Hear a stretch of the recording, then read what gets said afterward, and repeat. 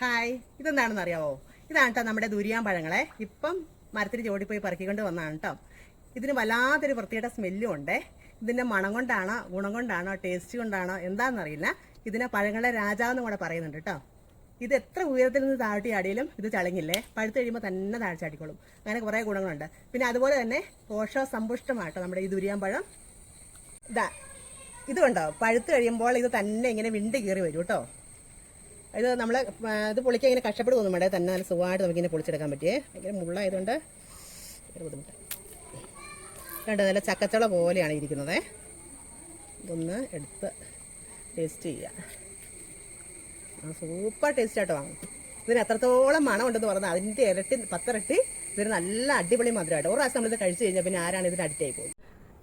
അപ്പോൾ ഇതാട്ടോ നമ്മുടെ പൊളിച്ച് വെച്ച 2 പഴം പൊളിച്ച് വെച്ച ദുരിയാൻ്റെ പഴം. ഇതുപോലെ ഇരിക്കും, നല്ല ചക്കച്ചള പോലെ. ഡിനിക്കുട്ടി തിന്നോണ്ടിരിക്കുക. ഡിനിക്കുട്ടി എങ്ങനെയാണ്, ടേസ്റ്റ് എങ്ങനെയുണ്ട്?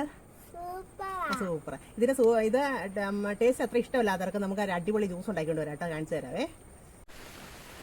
അപ്പം നമ്മുടെ അടിപൊളി ചോക്ലേറ്റ് ദുരിയാൻ ഷേക്ക് ഇവിടെ റെഡി ആയിട്ടുണ്ട്. ഡിനിക്കുട്ടി ഒന്ന് കുടിച്ചു നോക്കിയേ, എങ്ങനെയുണ്ട്? അപ്പൊ നമ്മുടെ ദുരിയാൻ പഴങ്ങൾ വേണ്ടവർ ഇപ്പൊ തന്നെ സ്ക്രീനിൽ കാണുന്ന വാട്സാപ്പ് നമ്പറിൽ മെസ്സേജ് അയച്ചോളൂ കേട്ടോ.